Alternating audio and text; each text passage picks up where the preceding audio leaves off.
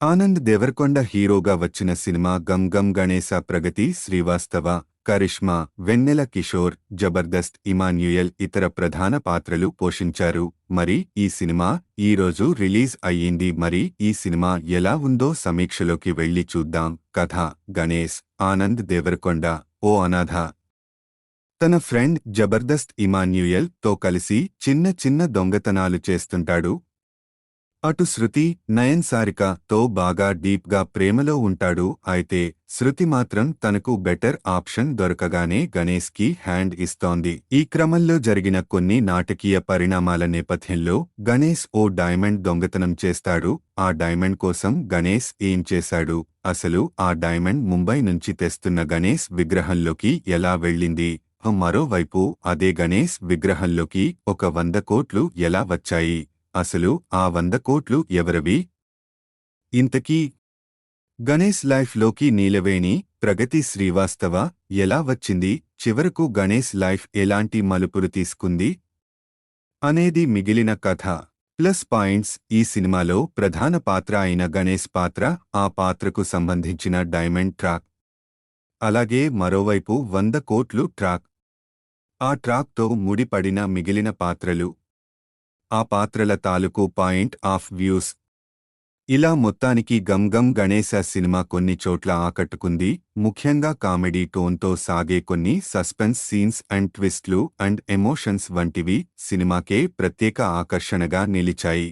Minus points: Gam Gam Ganesha సినిమాలో story point అలాగే treatment బాగున్నా పెద్దగా కథ లేకపోవడం, కథనం కూడా రెగ్యులర్గానే సాగడం ఈ సినిమాకి మైనస్ అయ్యాయి. అదేవిధంగా ప్రధానంగా ఈ చిత్రంలో ప్రస్తావించిన కొన్ని అంశాలు చాలా సినిమాటిక్గా అనిపిస్తాయి. దీనికి తోడు కొన్ని సన్నివేశాలు బాగా స్లోగా సాగడం, అలాగే మెయిన్ కాన్ఫ్లిక్ట్ని క్లారిటీగా ఎలివేట్ చేయకుండా పూర్తి సస్పెన్స్ పాయింట్ ఆఫ్ వ్యూలో స్క్రీన్ ప్లేని సాగతీయడంతో మెయిన్ క్యారెక్టర్స్ సరిగ్గా కనెక్ట్ కాకపోవడం వంటి అంశాలు కనెక్ట్ కావు.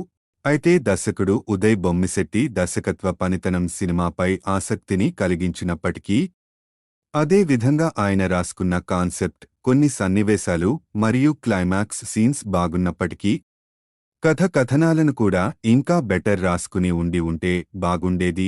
ఇక కొన్ని సీన్స్ సరిగ్గా ఎమోషనల్గా కనెక్ట్ అవ్వవు. మొత్తానికి దర్శకుడు సినిమాని ఇంట్రెస్టింగ్గా మొదలుపెట్టి ఆ తర్వాత అనవసరమైన సీన్స్తో కథను డైవర్ట్ చేశాడు.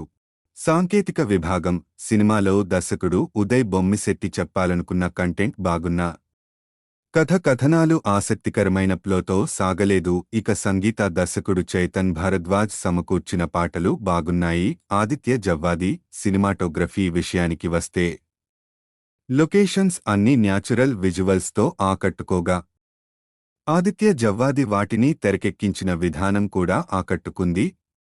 ఎడిటింగ్ బాగుంది. ఈ చిత్ర నిర్మాతలు కేదర్ సెలగంశెట్టి, వంశీ కారుమంచి పాటించిన నిర్మాణ విలువలు చాలా బాగున్నాయి.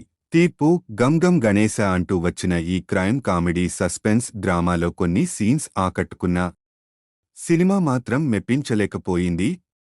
అయితే ఆనంద్ దేవరకొండ నటన అండ్ కథలోని థ్రిల్లింగ్ ఎలిమెంట్స్ మరియు క్లైమాక్స్ బాగున్నా కథనాలు స్లోగా సాగడం, సెకండ్ హాఫ్లో ఇంట్రెస్టింగ్ ఎలిమెంట్స్ మిస్ అవ్వడం, అనవసరమైన సన్నివేశాలతో సినిమాని నింపడం వంటి అంశాలు సినిమాకి మైనస్ పాయింట్స్గా నిలిచాయి. ఓవరాల్గా ఈ సినిమాలోని కొన్ని ఫన్ ఎలిమెంట్స్ కనెక్ట్ అయినా సినిమా మాత్రం కనెక్ట్ కాదు. ఈ సినిమాకి నేను ఇచ్చే రేటింగ్ 5కి 2.5.